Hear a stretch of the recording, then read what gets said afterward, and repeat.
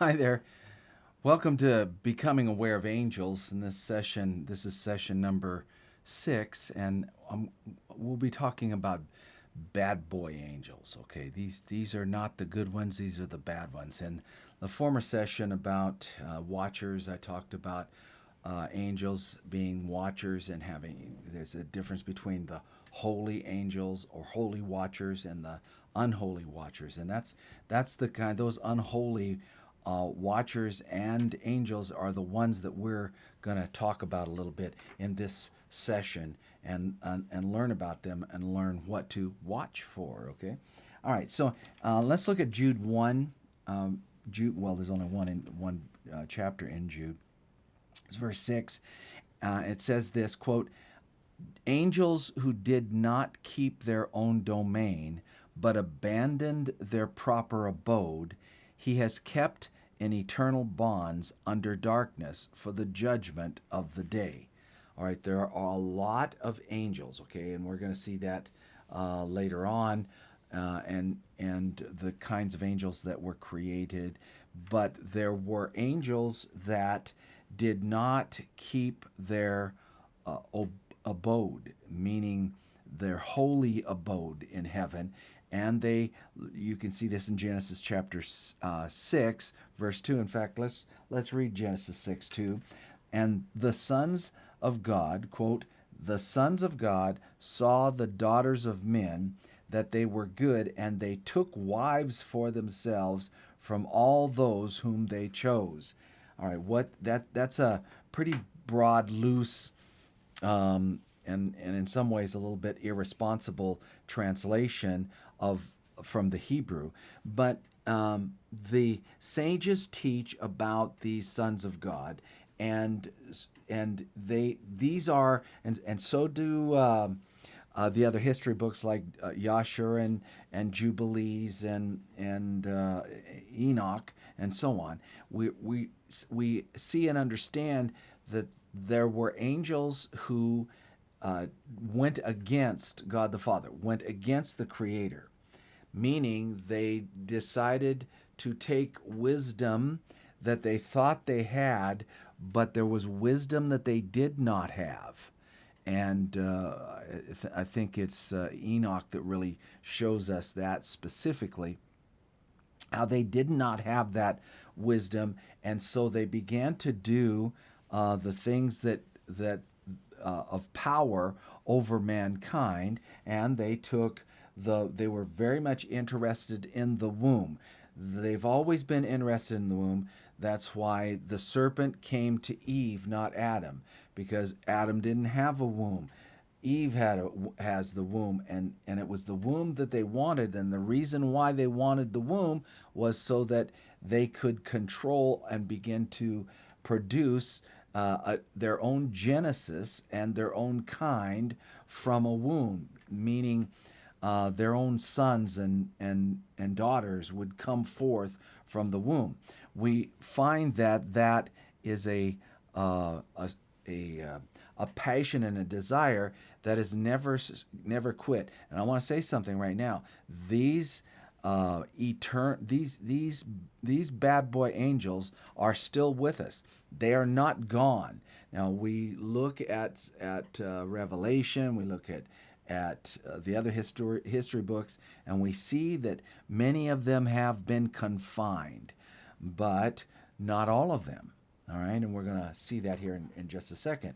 I want to read to you chapter 10 from the book of Jubilees, and it explains a lot to us about what we're talking about here. So check this out. There's a lot of different things we could take in this one little chapter, one portion of that chapter of 10, and we could talk a long time about the different lines. But we're specifically looking at, and I'm going to help describe to you these bad boys. Okay, all right. In the third week of this jubilee, the unclean demons began to lead astray the children of the sons of Noah, and make to err and destroy them. And the sons of Noah came to Noah their father, and they told him concerning the demons which were leading astray and blinding and slaying the sons' sons. He prayed before Jehovah his Elohim, and said, Elohim of the spirits of all flesh, who has shown mercy unto me, and has saved me and my sons from the waters of the flood, and has not caused me to perish as you did the sons of perdition. For your grace has been great toward me, and great has been your mercy to my soul. Let your grace be lifted up upon my sons, and let not the wicked spirits rule over them, lest they should destroy them from the earth. But do bless my sons and me, that we may increase and multiply and replenish the earth. In other words, do what they were commanded by Jehovah to do. And you know how watchers, the fathers of these spirits, acted in my day, and as for these spirits, which that's part of what, at least part, if not wholly, what Jude 1:6 says. They abandoned their proper abode, and he is kept in eternal bonds. Okay, so these spirits which are living imprison them and hold them fast in a place of condemnation. That's what Jude is saying. And let them not bring destruction on the sons of your servant, my God, for these are malignant. I think that's an interesting word that Noah uses here. For these are malignant and created in order to destroy. And let them not rule over the spirits of the living, for you alone can exercise dominion over them. And let them not have power over the sons of righteousness from henceforth and forevermore. And Jehovah our God bade us to bind them all. This is in the first person of an angel. And so Jehovah gives the edict, bind them all. And the chief, listen to this now, and the chief of the spirits, Mastemi, came, and that's his name, Mastemi, and he came and said, Lord, Creator, let some of them remain before me, and let them hearken to my voice, and do all that I shall say unto them. For if some of them are not left to me, I shall not be able to execute the power of my will on the sons of men. For these are for corruption and leading astray before my judgment. For great is the wickedness of the sons of men. And he said, Jehovah is there, it's a capital H. He said, let the 10th part of them remain before him, and let the 9 parts descend into the place of condemnation. Okay, so here we have what Jude is talking about. 90% of them are incarcerated in darkness. Isn't that interesting? We find out the rest of the story. All right, so and Noah wrote down all things in a book as we instructed him concerning every kind of medicine. Thus, the evil spirits were precluded from hurting the sons of Noah, and he gave all that he had written to Shem, his eldest son, for he loved him exceedingly above all his sons. And Noah slept with his fathers and was buried at Mount Libar in the land of Ararat. 950 years he completed in his life, 19 jubilees and 2 weeks and 5 years.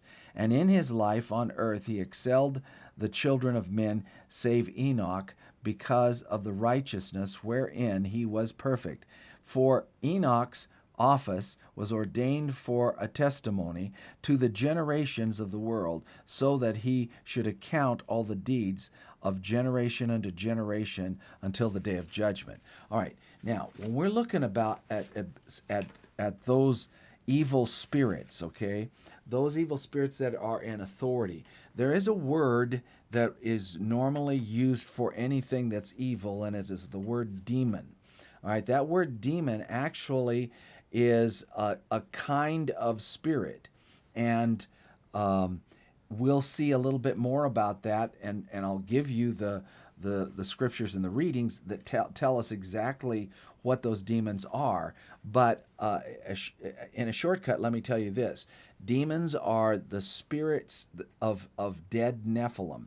Nephilim were taken off the earth, but their spirits remain in the care of Mastemi. Mastemi is the evil, the rebellious son of God, the watcher, the angel that was in the presence of God and rebelled against Jehovah, rebelled against Elohim, and did his own thing with a whole bunch of them. And eventually, I think we'll probably see those guys, and I'll give you some of their names as well, maybe most of their names anyway.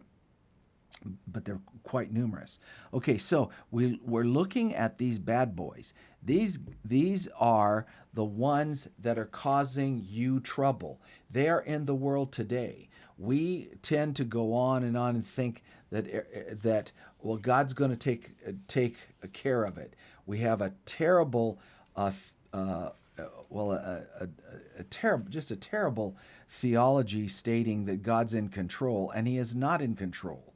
And everything shows us that. Control is weak.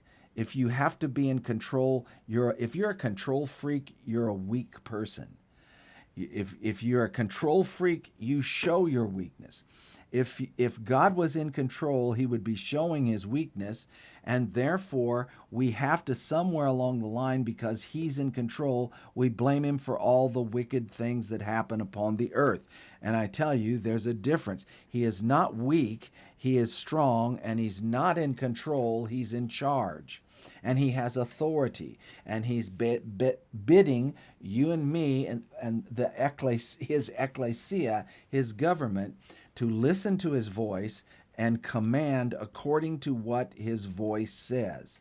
And so when we look at these angels, these bad boy angels, these are the ones that are, we really saw it here in the words of Mastemi, who came and said, Lord Creator, let some of them remain before me, and let them hearken to my voice, and do all that I shall say to them. For it, if some of them are not left to me, I shall not be able to execute the power of my will on the sons of men. For these are for corruption and leading astray before my judgment. For great is the wickedness of the sons of men. Now, Mastemi is the high-ranking official. The Apostle Paul said it this way: do not wrestle against flesh and blood. I usually say, what part of not wrestling against flesh and blood don't we understand? We're constantly blaming flesh and blood for anything that goes wrong. Okay, remember that we're wrestling instead against powers, principalities, rulers of darkness of this world, spiritual wickedness in high places. Now, the Apostle Paul is saying that knowing the very scriptures we just read, knowing what, for instance, Jubilees says. He knows it and may have known it even by heart, or parts of it by heart. And I'm telling you that what takes place here is wickedness in the highest spiritual realms, controlling the lower spiritual realms, controlling mankind. So we've got governments filled with possessed men and women. All you have to do is watch them in any kind of report, and you can see on their faces, you can feel coming from them, and you can hear their words of wickedness that are coming. And a human being, a righteous human being, would never say that stuff or never have anything to do with that. All right, we've got things going on around us that must be stopped, but we're not going to stop it until we get to the place where we understand these things and take our position. When we talk about watchers, the watchers watch, and they listen carefully to the Holy One. And when the Holy One speaks, they speak with authority what the Holy One says. They don't call upon the Holy One to take care of it. Noah did that, but we are of Christ. Christ gives us a seat with him and in him in heavenlies. And that all took place when that Holy One was hung upon a tree. Everything changed at that point, and he is now he now has what he always wanted. That's you and me. And he doesn't want to do things for us. He doesn't want us doing things for him. He wants to do things with us, and he wants us to do things with him. Now that's the bad boys of the angels, and I'll see you in the next session, okay?